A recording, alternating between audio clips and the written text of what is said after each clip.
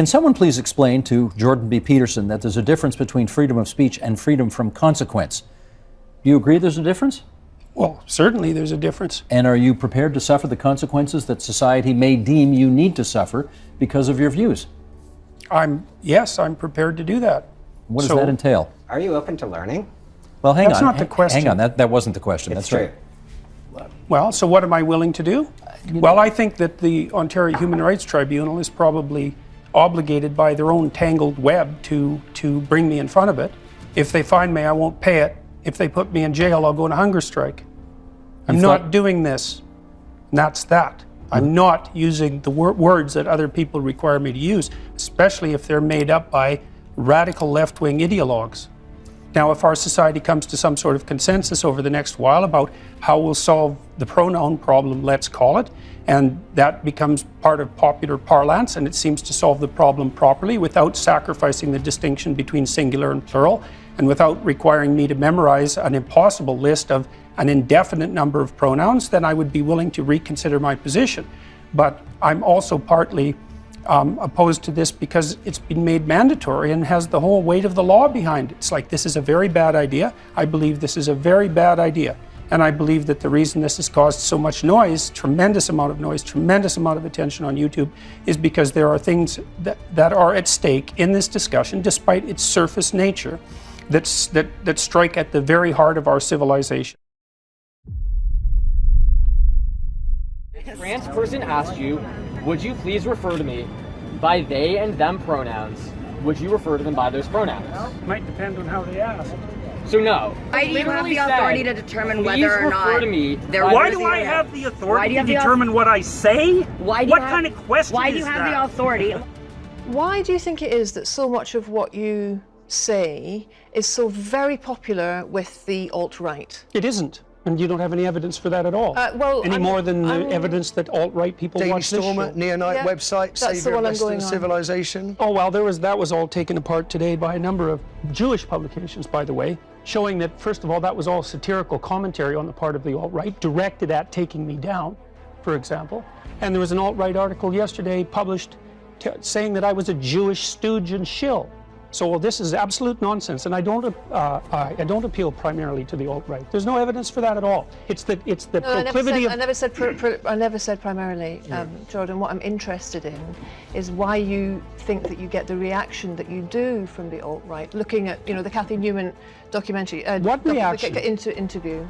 There's 10 million people watched that and commented on it. I'm talking about what I saw, and I'm curious to know what your reaction was to the glee with which the alt-right seized upon that interview. I don't accept Should we deal with the death threats? I mean, she had, I think, a dozen I don't accept death the threats. concept that it was the alt-right that was doing this. There were 10 million people who commented on that video, and about 95% of them commented negatively on Cathy Newman's behavior. You think there's 10 million alt-right trolls watching that? The problem with those angry women is that since at the end of the argument you cannot fight physically, you can't really deal with them. That's not what I said. I said that that's one of the things that keeps conversation between men civil. Women can't argue with angry women. Women are often bullied by angry women. What I meant was more, you said that, and I'm really not trying to paraphrase you or to put words into your mouth. You are trying that directly. It is things that you said that you cannot deal with those. Yes, but don't tell me crazy that you're not trying to put words into my mouth because you've selected what you're going to ask, and you selected it very carefully with a tremendous amount of forethought. Well, and there's a purpose for that. What is the purpose precisely? I am quoting things that you said. Why? What is it that you're trying to establish? Because you said that. I thought we were talking about masculinity. We are. No, we're not. Yes, we are. How are we talking about masculinity? Because I'm asking you what you think of men and of women. Basically what you've been trying to do, I would say for the last 15 minutes, is put me into a sequence of corners by accusing me of various forms of misbehavior. So why are we doing that? What's the point here? These are things that you said. My job as a journalist is to ask questions about what you represent and the ideas that you defend. Your job is also to select the things that you might ask about in some manner that doesn't indicate a substantive bias. You picked 3 things to talk to me about in the last 20 minutes that were very carefully selected. Why did you pick those things? Because this is my job.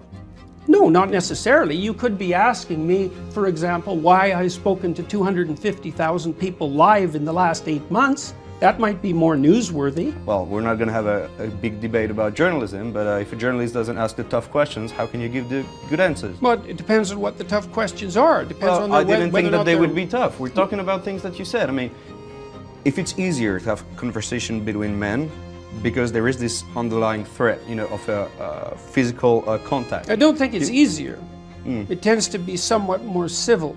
Are you against the use of alternate pronouns? I'm against the use of legislation to determine what words that myself and other people are required to utter. But would you use alternate pronouns if a student asked you to? I think I've made my position on that clear already. Well, perhaps not to our audience at home who are just being introduced to this. Would you use alternate pronouns? And why not?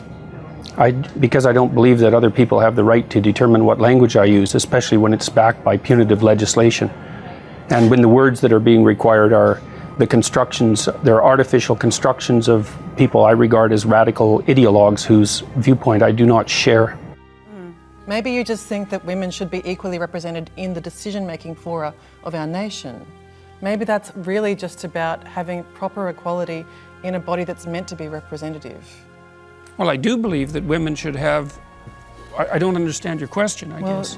I guess you don't. That's pretty obvious, unfortunately. Well, how about if you phrase it more clearly, instead of just insulting me? Look at it this way. Let's talk about quotas for a minute. So there's a very wide array of jobs that are fundamentally done by men. So, for example, Member of Parliament, 99.9% of sorry, Alex, I'm going to bricklayers. stop sledging you now, I promise. I'm happy to give my minute to Jordan. 99.9% of bricklayers are men. Should we have quotas for women? Is bricklaying representative democracy? That has nothing to do with the question. The question is if there's evidence of structural inequality and oppression because women aren't precisely represented at 50% in all professions at all levels, then why don't we have a conversation about having women represented in all professions at all levels? Well, why do we talk about the C-suite, for example? Why do we talk about politics and positions of power? Why don't we talk about it across the board? Okay, so a trans woman is a real woman. I don't really like the way those questions are formulated. Now, I don't know what that means. What do you mean a real woman? Well, I'm asking you, in your mind, you know, it depends what you think a real woman is, but do you think a trans woman is a woman? No. Why not? Because I think that women are capable, generally speaking, of having babies, and they have female genitalia, and they have an XX chromosome, and people attack it. Attack attack the hierarchies of society as inherently unjust, right? Well, they're unjust, but Yes. they're also useful. Okay, so you say they're useful. Some Well, people would disagree look at with it that this proposition. way. Okay, look at it this way.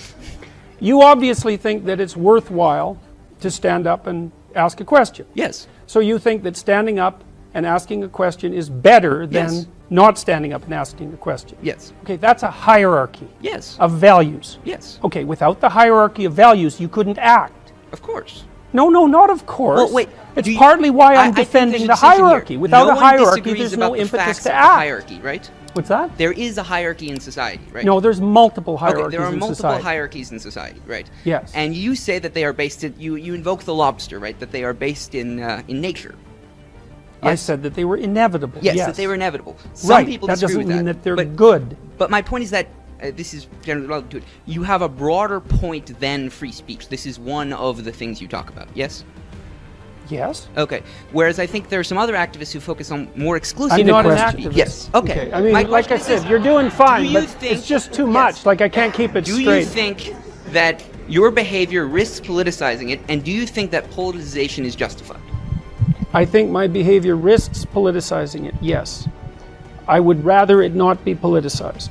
And I'm doing what I can to manage that risk. However, it's become political in my country because the government implemented compelled speech legislation. So I wasn't complaining about that before it became political. Now, there is a time, even when you're detached in some sense from the political realm, that you can't be detached anymore. Well, I'm not happy with the fact that this has become politicized. You could say that I haven't done a stellar job in ensuring in every possible manner that this has remained neutrally apolitical. Probably true, you know, but I'm not particularly unhappy with the way things have gone so far. So, and I'm not happy with the radical left. And so, if they're irritated at me, so much the better, as far as I'm concerned. So, have I conducted myself perfectly? It's like, undoubtedly no. So, I've got more than my fair share of faults, and a temper is one of them. But I'm muddling through. I look at the studies, and I'm really also very much interested in studies like the analysis that was done by the American Psychological Society, which looked at 45 analysis of whether there's sex difference over 20 years. And its conclusion was that men and women are basically alike in terms of personality, in terms of cognitive ability, in terms of leadership. But what it did find was that media depictions of men and women as fundamentally different perpetuate misconceptions, as does workplace. Men and women actually are more the same than they are different. But the issue is that small differences at the population level can turn into very large differences at the extreme. So, for example, men and women are broadly similar with regards to aggression, although men tilt a little bit more towards aggression. So that if you picked a random person out of the population, male and female, and you guessed that the male was more aggressive, you'd be right 60% of the time. But if you take the 1 in 100 most aggressive people, they're all male, and that's why the overwhelming proportion of people who are in prisons are male. Now, do you want to equalize that, just out of curiosity? What about bricklayers? They're 99% male, and we've got about 3/4 of the population now in universities in the humanities and social sciences are female. Yeah. Are we going to equalize that? And men work longer hours, they work more dangerous jobs, they're more likely to move, they're more likely to work outside, they're more likely to participate in jobs in the STEM fields that are scalable. They make more money for those reasons. And that's all hidden under the idea that the reason that men and women make different amounts of money is because of their gender. It's a very simplistic analysis. When people talk about common ground, it's got to be founded on some kind of truth. And when we have feminists saying, I don't believe in the biological differences between men and women, well, that's why it's controversial. Where do you go from there? That's why it's controversial to say what you're saying, and it's controversial to say, hold on a second, maybe a girl on testosterone therapy winning high school wrestling meets is a problem. That's controversial. Yeah, maybe that's a bad idea. It's just possible that that's not a very good idea. You know, I mean, it's hard to imagine that that could be the case. But, well, in this idea that I don't believe in the biological differences between men and women, it's like, well, what do you mean by believe? Exactly. It's like you act out your belief. You know, I mean, what the hell does that mean? And what do you mean? See, what do you mean by belief? What do you mean by biology? And what do you mean by gender? Like, as soon as you put those three concepts together in a sentence that says, I don't believe in the biological difference between the genders, you throw the meaning of all three of those words up into the air so far that no one can tell what you're talking about, including you.